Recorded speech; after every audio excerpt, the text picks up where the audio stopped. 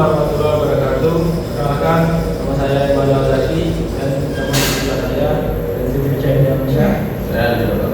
Saya Iqbal.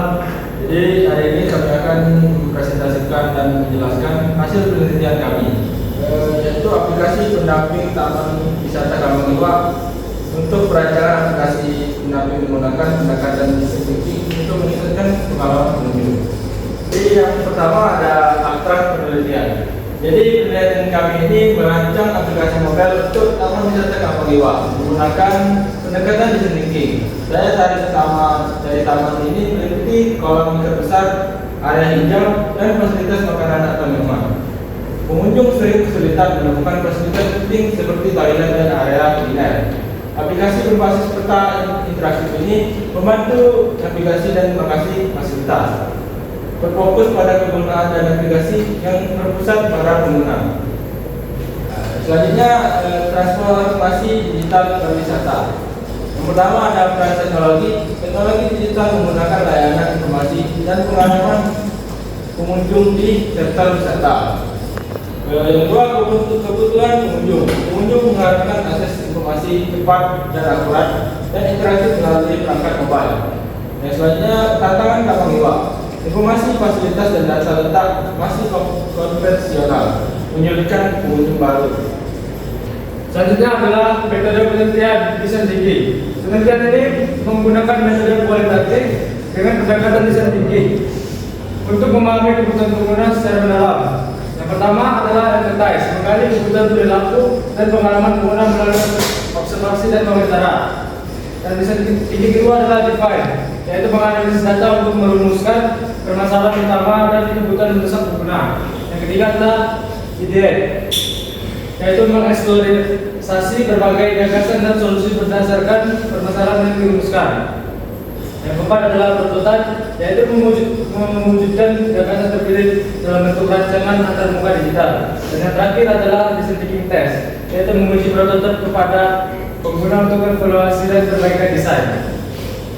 Yang selanjutnya adalah proses empathize, memahami pengunjung. Observasi lapangan, yaitu mengamati aktivitas pengunjung, yaitu olahraga, rekreasi warga, dan komunitas, dan mengidentifikasi informasi yang dibutuhkan. Yang kedua, yaitu dengan cara wawancara langsung, berbicara dengan pengunjung dari berbagai usia tentang pengalaman, kendala, dan kebutuhan informasi mereka di taman. Selanjutnya yaitu pertanyaan komentar utama yang kami ajukan kepada pelanggan atau pengunjung. Yang pertama adalah daya tarik utama. Apa daya tarik utama dari Taman Wisata Kampung Iwa Palembang? Yang kedua adalah fasilitas yang tersedia, yaitu fasilitas apa yang tersedia saat ini di Kampung Iwa. Yang ketiga adalah kesulitan fasilitas. Apakah Anda pernah mengalami kesulitan menemukan fasilitas tertentu di Taman Kampung Iwa? Yang keempat adalah pencarian informasi, yaitu bagaimana cara Anda mencari informasi lokasi fasilitas di dalam Taman Kampung Iwa. Yang kelima adalah potensi aplikasi.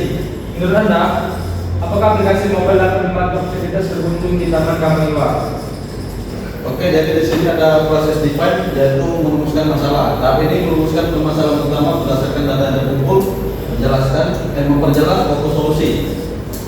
Yang pertama, daya tarik taman, kolam ikan besar, pepohonan rindang, area kuliner.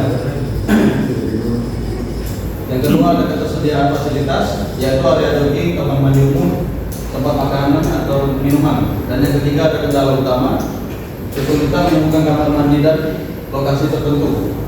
Yang keempat, cara mencari informasi, yaitu dengan cara bertanya pada pengunjung lain atau berkeliling. Dan yang kelima, ada kebutuhan pengguna, yaitu peta digital dan informasi lokasi fasilitas. Selanjutnya ada proses idea, yaitu mengembangkan solusi. Tahap ini menghasilkan berbagai gagasan solusi untuk meningkatkan pengalaman pengunjung. Pertama itu ada peta interaktif, jadi mana peta dengan penanda lokasi fasilitas. Dan yang kedua ada informasi fasilitas, yaitu detail fasilitas umum, khususnya kamar mandi atau kuliner. Yang ketiga ada navigasi rute, yaitu panduan rute di dalam taman. Dan yang keempat ada daya tarik utama, informasi tentang daya tarik utama taman. Dan yang terakhir itu ada antarmuka sederhana, dari mana desain aplikasi yang mudah digunakan. Jadi di sini saya menjelaskan pada bagian program dan tes. Ini pada bagian prototype ini, dia ide terpilih itu diwujudkan dengan membuat prototipe terbuka aplikasi yang berfokus pada bagian utama yaitu fasilitas dan navigasi sederhana untuk kemudahan penggunaan.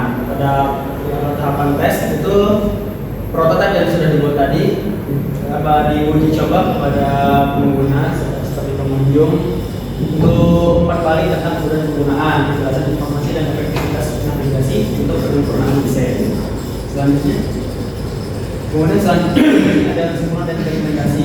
Untuk kesimpulan dan rekomendasinya sendiri di sini ada rencana aplikasi mobile berfokus pada navigasi mudah dan informasi fasilitas di taman wisata Kampung Dua. Efektivitas design thinking. Pendekatan ini efektif mengidentifikasi kebutuhan pengguna dan menerjemahkannya ke solusi digital yang relevan. Kemudian ada peningkatan pengalaman, aplikasi diharapkan meningkatkan kenyamanan pengalaman berdalam pengunjung. Kemudian yang terakhir ada pengembangan lanjutan. Penelitian selanjutnya dapat mengembangkan aplikasi hingga tahap implementasi dan evaluasi lebih luas. Sekian dari saya. Oke, selanjutnya di sini adalah desain yang kami bikin, yaitu aplikasi tentang Kambang Iwa. Jadi di sini ada beberapa fitur yaitu dari kerangka, peta, acara, fasilitas, dan profil. Nah, dari kerangka. Jadi berada ini terdapat fitur untuk memberitahu acara mendatang. Nah, seperti senam pagi bersama, festival kuliner, konser musik. Nah, di sini ada beberapa seperti spot foto. Nah, jadi di sini kita bisa mengetahui spot foto di Taman Dua ini.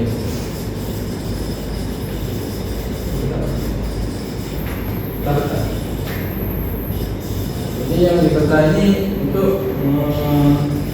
mengetahui di mana lokasi yang berada. Nah, seperti di Danau Kambang Iwa, ada jogging, ada kerana, warung kopi, ada UKM dan lain-lain.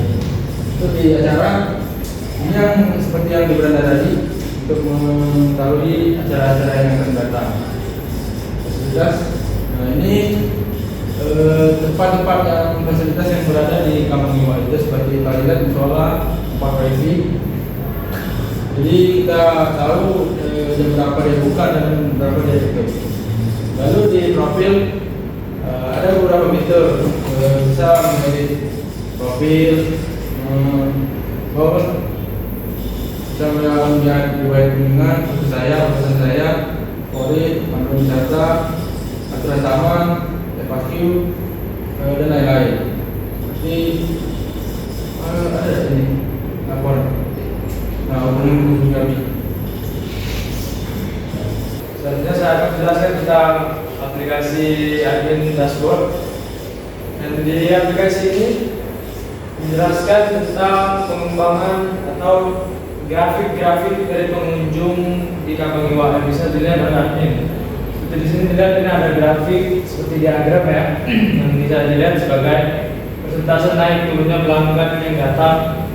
Dan di sini juga ada nih di jam berapa aja pelanggan itu datang yang ramai dan yang menikah yang menurut di jam berapa itu bisa dilihat bahwa bisa dilihat juga nih penggunaan fasilitasnya itu ada toilet, ada playground, ada food area dan lain-lain. Dan di bawah ini bisa dilihat juga nih daftar event yang tercatat di Kambang Iwa yang akan diadakan Kambang Iwa. Bisa dilihat nih ada jadwalnya, ada tanggal, ada jenis statusnya juga, dan itu juga ada fasilitas status yang sudah buka atau belum, jadi bisa dilihat oleh si adminnya bahwa. Dan bisa dilihat juga nih ulasan-ulasan atau rating dari para pelanggan ya. Jadi admin bisa menilai atau melihat si pengunjung itu puas atau tidaknya. Bawa lagi di sini ada aplikasi kontrol, yaitu bisa mengontrol seluruh aktivitas yang ada di Kambang Iwa. Bisa dilihat seperti memberi pengumuman, peringatan hujan, dan ada event reminder, yaitu peringatan event. bawah.